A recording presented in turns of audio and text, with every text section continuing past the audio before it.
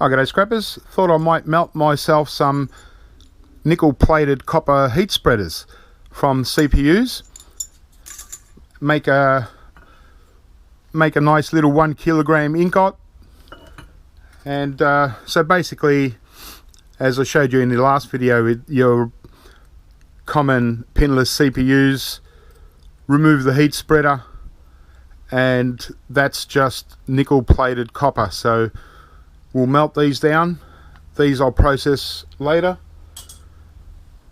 And the same with the CPU with the pins, the square little heat spreader, same thing.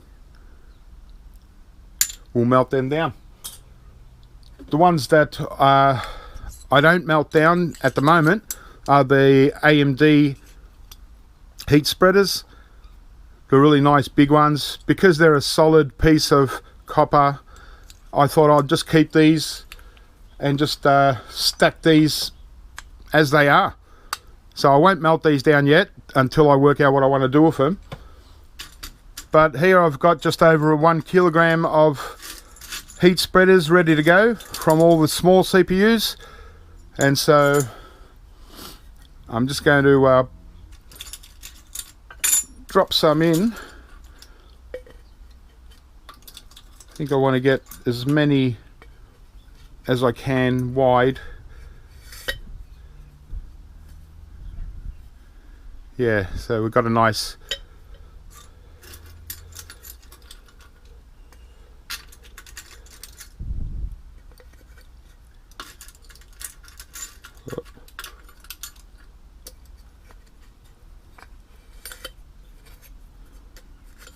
because you for them to melt a little bit easier, you want as many down the bottom as you can, because it starts melting from the bottom and it works its way up. So so the more solid you've got it down the base, the better. But here's a little tip with these graphite crucibles, is that they're very fragile when they heat up. And so see how I've got the heat spreaders inside, but there's still a gap between the walls.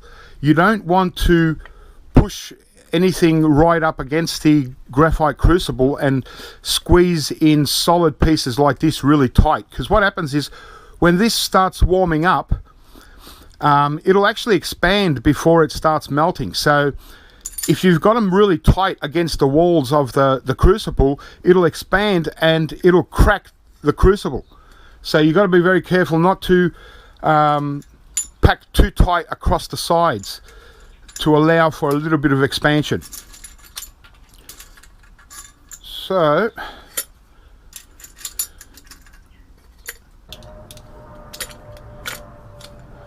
okay, just about done. That should be enough. So there's quite a bit there. As it melts down the bottom, the weight of the top will keep pushing down the copper into the mold, into the molten copper. So that's as much as we're going to get. The rest we'll just put in a little bit later. So I'll just drop her in. Okay.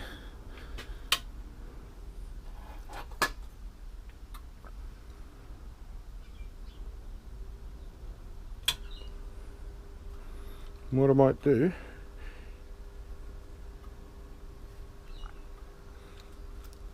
before I bring it right up to copper melt, I always do it about halfway, so around 600 degrees Celsius, say 630. So I let the furnace heat up to 630 and let it sit, balance out there at 630 for about 5 minutes. Then I bring it up to closer to the copper melting, somewhere around 1100 degrees Celsius. All right. Okay, so we'll just let that start to warm up. Now with the heat sinks, if you notice, you know, around the edges, you've got a little bit of black sticky stuff. And so I'm not going to bother cleaning this off, because these are definitely going to be burnt off in the melt. And all I'll do is just add a little bit of borax at the end, just so it can pick up all the impurities, you know, anything that's not metal. So basically, when they use borax, you know, people ask me when should I use borax and what does it kind of do? Well, I think some people get impurities, the word impurities, confused by thinking that impurities are like here we've got nickel plated copper, so people are assuming that the impurity is the nickel. That's not really what borax does. Borax doesn't remove one metal from another metal. All borax does is remove impurities such as, see here, you can see the yellow grime. It's like sticky glue. Now, once it melts, this stuff could be within the molten metal, and so borax will pick this up, and it will make it float, you know, to the top, and borax forms like a glass, and all your impurities will be inside that borax glass. So it's not going to be metals, might be small traces of metal, but it's only floaties and things that, you know, you don't want inside your metal when you're pouring your bar, you know, like little stones and things like that. Borax will make that float to the top, and so you can remove it from your metal before you pour. So the temperature's been sitting at 630 for a couple of minutes. So now I want to bring it up, not so hot.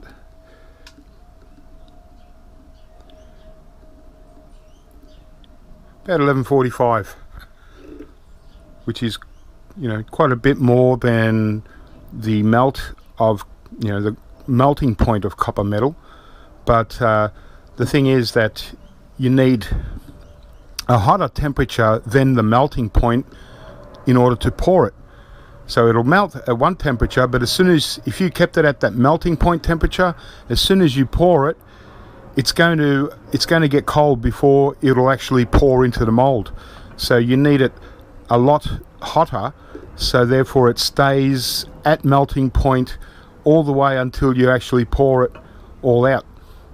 So we'll just let that get to 11:45, which will only take about 2 minutes, and from there about 10 minutes should get us melting, and we should be able to start putting in the last of them and get a pour done.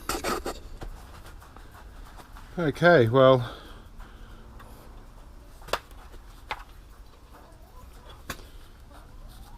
the heat sinks have dropped now down to about that much, so time to get the rest in. A bit out of time.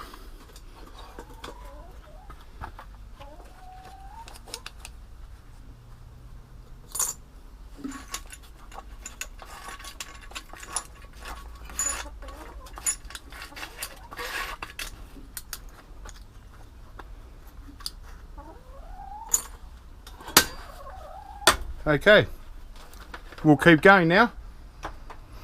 So it took about, they took about nearly 15 minutes to melt down mostly. So it's just the top ones, and now we've refilled it, but I've brought it up to 11:57. So now that they're all in there, it's just a matter of waiting about 5 minutes and the whole lot should melt down.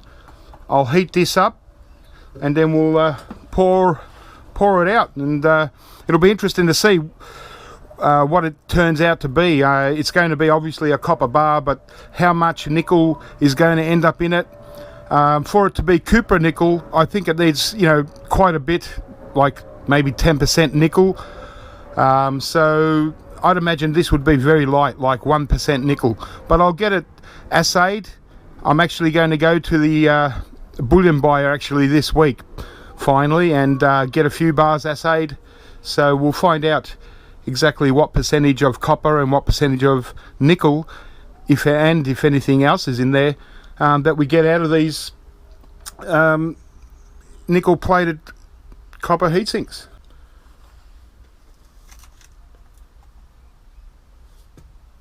Only want about a teaspoon of borax.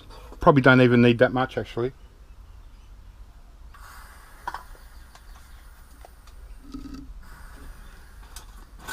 Yeah, just a half a teaspoon of borax will do. And that just, yeah, as I said, it just floats any impurities, any stuff that's non-metal and glues. That'll all bind with the borax when it melts into like a glass, a molten glass. It'll float on the top. So what I'm going to do is just try and skim it with a bit of metal. Okay, so here's just a metal bar that I've got, and as you can see there's a big blob of copper on the end of it, and it's basically multiple layers of borax and copper that's stuck to this because it's cold. And so all I do is I just dip it into the crucible at the top and just skim the borax, and all the borax will stick to this as well as copper, and then we should have a clean pour. And then all I'll do with this eventually is I'll probably just cut it off the steel and just throw it into like a copper bearing motor or something like that. Still get some kind of copper value out of it.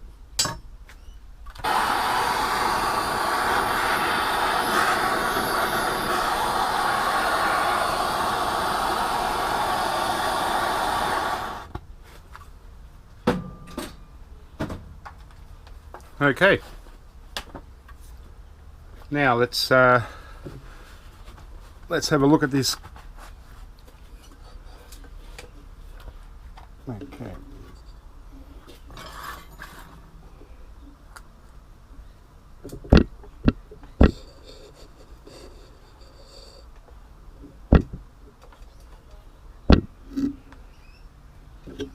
There's some fibers in here that, so I'll use this.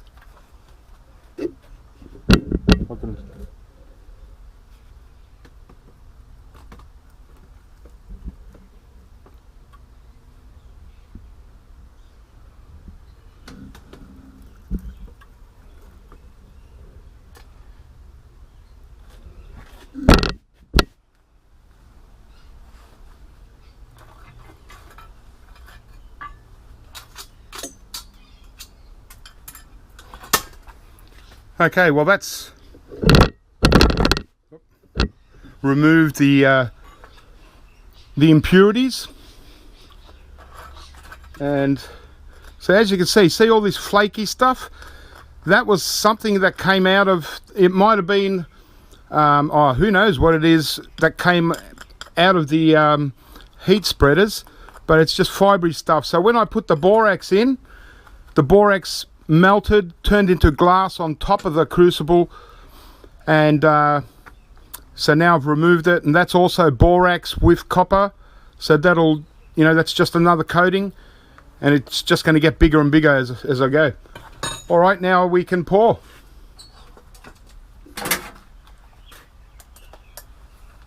Let's do this.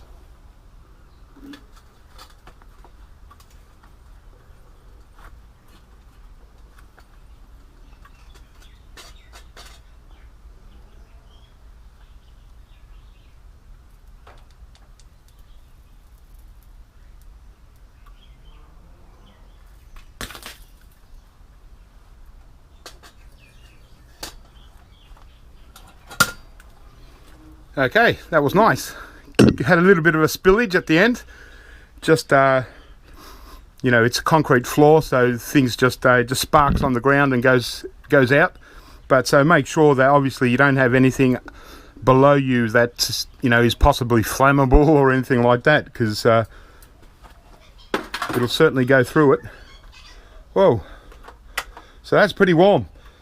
I can really feel the heat radiating off that. You can see the graphite crucible itself. You can see that nice red, and so, you know, that's the beauty of these graphite crucibles. Like, I heated it up with the gas torch probably to about maybe about 250 to 300 degrees Celsius, but then, you know, pouring 1160 degrees Celsius molten metal, and instantly that graphite crucible turns from 300 degrees to 1160 degrees.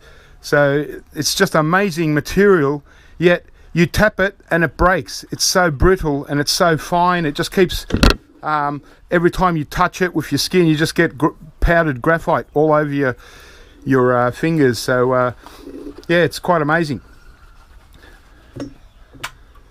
So I can turn that off now. So I'm pretty happy with that pour. Looks like we're going to have just over 1 kilo of copper, and we're just going to, like I said, I'm going to test it out and find out how much nickel is actually inside it.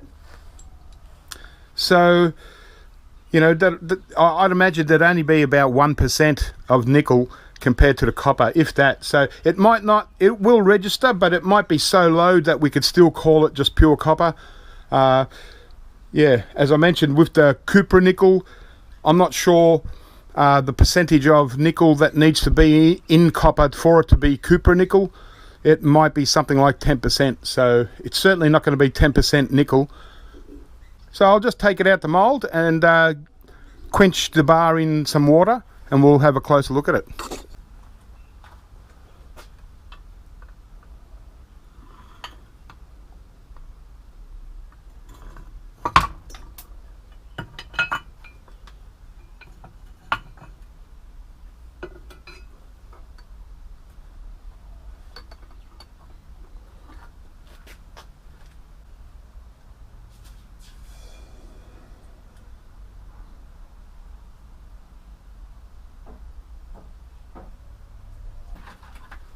Okay, well, there we go.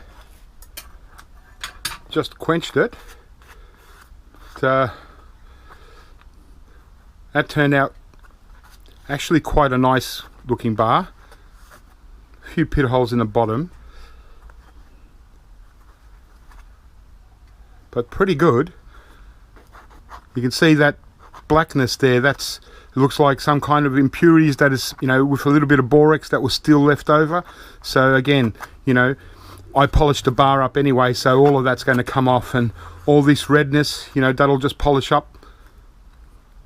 But yeah, very nice. Now we'll just find out exactly what percentage of copper is in there and what percentage of nickel is in there, and we'll wrap it up. So I've came back from the bullion dealer, and he was generous enough to assay this for me. I've given it a nice polish up. As you can see, the top of it is beautiful. It's just got that really nice ripply effect, and yeah, the bottom has got a few pit holes and stuff, but that's fine. It's just a base. But overall, it's a nice bar, and well, it weighs perfectly just over 1 kilogram, so 1,010 grams. So it's a perfect 1 kilogram bar as far as I'm concerned for hand poured. And well, here's the results. So basically I was just melting, you know, as I showed, these nickel plated heat spreaders, and I do the small ones from the smaller CPUs, the regular CPUs, because as you can see on these new style, they've got that little gap there, so it's not a clean straight piece of metal like that is. And the other ones from the CPUs with pins, they're all got that little hole in the corner there. So again, it's not a solid piece, it's got that little hole. So that's why I melt these and not the AMD heat sinks, which are just a solid piece. So these could be used for any other projects that's where copper, nickel plated copper is required. So yeah, that's it. But anyway, so here's the results for this bar, or this material is 99.51% copper and 0.49% nickel. So less than 0.5% nickel is on these heat spreaders. or in this bar. So the bullion buyer, he said that when it's at 99, over 99.5, it's still considered 100% pure copper, because the well, it's not really pure copper, but it's still considered at 100% copper. The 49, you know, the 0.5% of nickel is so small that, yeah, they don't worry about it when it's that low in percentage. So there you go. Copper heat spreaders from CPUs are 99.51% copper, 0.49% nickel. So you pretty much got yourself a solid, you know, nice pure copper bar. Close enough. And that's it. So, while I was there getting my copper bar assayed, if you remember back that silver bar that I done from scrap sterling silver jewelry, I got that assayed as well, and it turned out, you probably can't see that, but that silver bar was 89.81%, so just under 90% pure silver. And so yeah, it turned out to be a little bit less than sterling silver, because obviously there must have been a piece of jewelry in there that might have been 50% silver, something like that, so it reduced that percentage down from 92 to 89.81. So there you go. I ended up selling it for $554. So 89.81% for that silver bar, and 99.51% copper in these heat spreaders. So pretty much they're solid and pure copper, and that's it. Alright guys, well, keep scrapping, have fun, and I'll catch you next time with something else new and interesting. But these heat spreaders are, you know, at least we can turn them into a good copper bar, or you can just sell these as copper to the scrapyard. It's nickel plated copper, so they have got a price for that. It's not much less than pure copper anyway, so you're not going to increase your value by turning them into bars. That's only if you want to do something a little bit different with your copper and you want to keep it. But anyway, keep scrapping guys, and I'll catch you next time.